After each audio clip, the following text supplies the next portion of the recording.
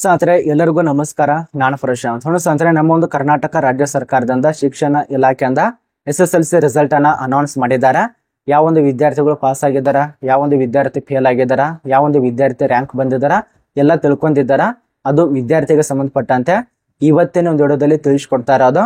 ಈ ಒಂದು ಜನರಿಗೆ ಗೊತ್ತೇ ಇಲ್ಲ ಜಿಲ್ಲಾವಾರು ಎಷ್ಟು ಪರ್ಸೆಂಟೇಜ್ ಆಗಿದೆ, ಯಾವ ಒಂದು ಜಿಲ್ಲೆ ಎಷ್ಟನೇ ಸ್ಥಾನ ಇದೆ, ಅದ್ರ ಬಗ್ಗೆನೇ ಮಾತಾಡ್ತಾ ಇರೋದು ಈ ಒಂದು ವಿಡಿಯೋದಲ್ಲಿ.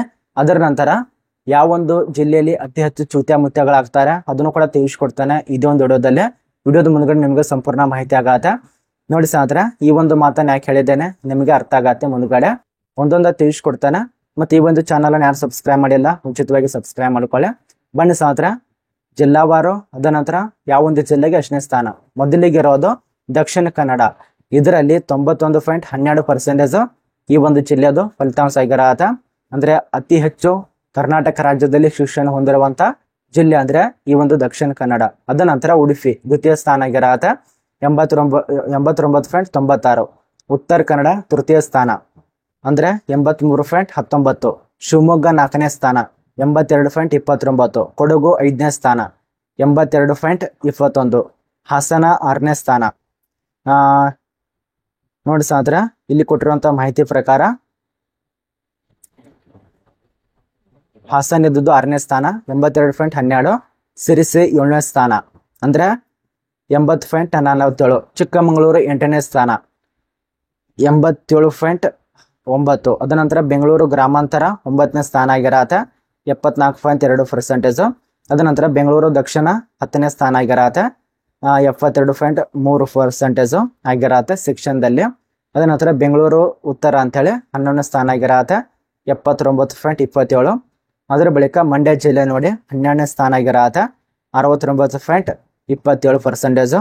ಹಾವೇರಿ 13ನೇ ಸ್ಥಾನ 69.3%. ಕೋಲಾರ 14ನೇ ಸ್ಥಾನ 68.47. ಮೈಸೂರು 15ನೇ ಸ್ಥಾನ 68.39. ಬಾಗಲಕೋಟೆ 16ನೇ ಸ್ಥಾನ 68.29. ಗದಗ 17ನೇ ಸ್ಥಾನ 67.72.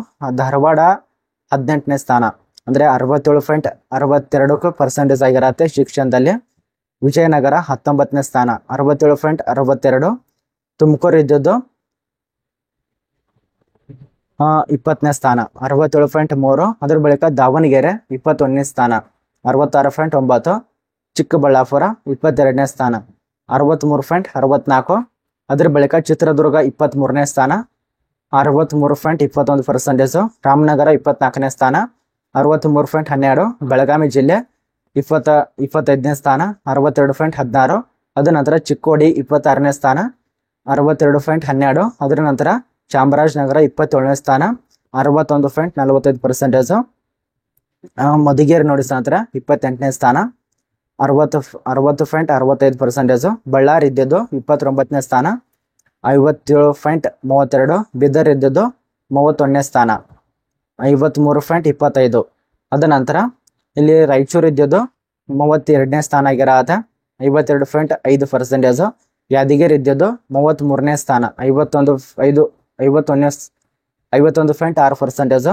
ವಿಜಯಪುರ ಇದ್ದದ್ದು 34ನೇ ಸ್ಥಾನ 49.58. ಅದ ನಂತರ ಕಲಬುರಗಿ ಇದ್ದದ್ದು 35ನೇ ಸ್ಥಾನ 42.43. ಅದ ನಂತರ ಒಟ್ಟು ಟೋಟಲ್ ಆಗಿ 66% ಆಗಿರತ್ತೆ 66.14% ಅಖಿಲ ಕರ್ನಾಟಕದ್ದು. ಇನ್ನು ಉಳಿದಂತ 40% ಇನ್ನ ಫೇಲ್ ಆಗಿದ್ದಾರೆ ವಿದ್ಯಾರ್ಥಿಗಳು. ಅಖಿಲ ಎಲ್ಲ ಒಂದು ಜಿಲ್ಲೆಗೆ ಸಂಬಂಧಪಟ್ಟಂತೆ ಸೇರಿಸಿದಾಗ 66.14% ಆಗತ್ತೆ ಅಖಿಲ ಕರ್ನಾಟಕದ್ದು. ಅದರಲ್ಲಿ 40% ಜನ ಫೇಲ್ ಆಗಿದ್ದಾರೆ, ಉಳಿದಂತ 60% ಜನ ಪಾಸ್ ಆಗಿದ್ದಾರೆ ವಿದ್ಯಾರ್ಥಿಗಳು. ಇಲ್ಲಿ ನೋಡಿ ಚೂತ್ಯ ಮುತ್ಯಗಳು ಯಾಕನ್ನ ಪದವನ್ನ ಬಳಸಿದ್ದೇನೆ ಅಂದ್ರೆ ಈ ಒಂದು ಕಲಬುರಗಿ ಜಿಲ್ಲೆ, ವಿಜಯಪುರ, ಅದ ನಂತರ ಯಾದಗಿರಿ, ರಾಯಚೂರು, ಬೀದರು, ಕೊಪ್ಪಳ, ಬಳ್ಳಾರಿ, ಮಧುಗಿರಿ, ಚಾಮರಾಜನಗರ, ಚಿಕ್ಕೋಡಿ, ಬೆಳಗಾವಿ ಇದರಲ್ಲೇ ಜಾಸ್ತಿ ಜನ ಚೂತ್ಯ ಮುತ್ಯಗಳಾಗ್ತಿದ್ದಾರೆ. ಅಂದ್ರೆ ಇನ್ನ ಮಿಶಿ ಬಂದಿರೋದೆಲ್ಲ ಬರೀ 17 ವರ್ಷನೋ 15 ವರ್ಷನೋ 2 ವರ್ಷನೋ ಅದ ನಂತರ 12 ವರ್ಷನೋ ಅಲ್ಲಿಂದ ಸ್ಟಾರ್ಟ್ ಮಾಡ್ತಾರೆ ಹೊಸ ಬಿಸ್ನೆಸ್. ಅಂದ್ರೆ ಆ ಒಂದು ಚೂತ್ಯ ಮುತ್ಯಗಳ ನಂಬ್ಕೊಂಡು ಈ ಒಂದು ಜನನು ಅಲ್ಲೇ ಹೋಗ್ತಾರೆ. ಅಂದ್ರೆ ಈ ಒಂದು ಜನರಿಗೆ ಬುದ್ಧಿ ಇದೆಯಲ್ಲ ಅಂತ ನನಗಂತೂ ಗೊತ್ತಿಲ್ಲ. ಆದ್ರೆ ಅಲ್ಲಿ ಚೂತ್ಯ ಮುತ್ಯಗಳ ನಂಬ್ಕೊಂಡು ಸುಮ್ಮನೆ ಟೈಮ್ ಕೂಡ ವೇಸ್ಟ್ ಮಾಡೋದು, ಅದ ನಂತರ ನಿಮ್ಮ ಒಂದು ಹಣ ಕೂಡ ಕಳ್ಕೊತಾರ, ಎಲ್ಲ ಒಂದು ಕಳ್ಕೊತಾರ. ಅದೇ ಒಂದು ಕಾರಣಕ್ಕಾಗಿ ನಿಮ್ಮ ಒಂದು ಕೆಲಸನೇ ದೇವರು. ನಿಮ್ಮ ಒಂದು ಏನ್ ಕೆಲಸ ಮಾಡ್ತಾರ ನೇತಿನಿಂದ ಕೆಲಸ ಮಾಡಿ ಅದೇ ಆಗ್ಯಾರ ಆತ. ಇಲ್ಲಿ ಕೂಡ ಈಗ SSLC ಅಲ್ಲಿ ಯಾರು ಫೇಲ್ ಆಗಿದಾರಲ್ಲ, ಮುಂದ್ಗಡೆ ಅವರು ಕೂಡ ದೇವ್ರಾಗ್ಬೋದು. ಅದರ ನಂತರ ಈಗೇನ್ ತಿಳಿಸ್ಕೊಟ್ಟಿನಲ್ಲ, ಅತಿ ಕಡಿಮೆ ಪರ್ಸೆಂಟೇಜ್ ಇರುವ ಜಿಲ್ಲೆಗಳಲ್ಲಿ ಅತಿ ಹೆಚ್ಚು ಚೂತ್ಯ ಮುತ್ಯಗಳಾಗ್ತಾರೆ. ಇದೊಂದು ತಲೆಯಲ್ಲಿ ಇಟ್ಕೊಳ್ಳಿ. ಅಂತವ್ರನ್ನ ನಂಬಿ ನಿಮ್ಮೊಂದು ಯಾರು ಕೂಡ ಮೋಸ ಆಗಬೇಡಿ. ಶಿಕ್ಷಣ ಹೊಂದಿದವರು ಪೊಲೀಸರು ಕೂಡ ಅಲ್ಲಿ ಹೋಗಿ ಕಾಲು ಬೀಳ್ತಿದ್ದಾರೆ ಅಂತ ಒಂದು ಪರಿಸ್ಥಿತಿ ಆಗಿದೆ ನೋಡಿ. ಇದ್ರ ಬಗ್ಗೆ ಅರ್ಥ ಆಗಿದೆ ಅಂತ ಅನ್ಕೋತೀವಿ.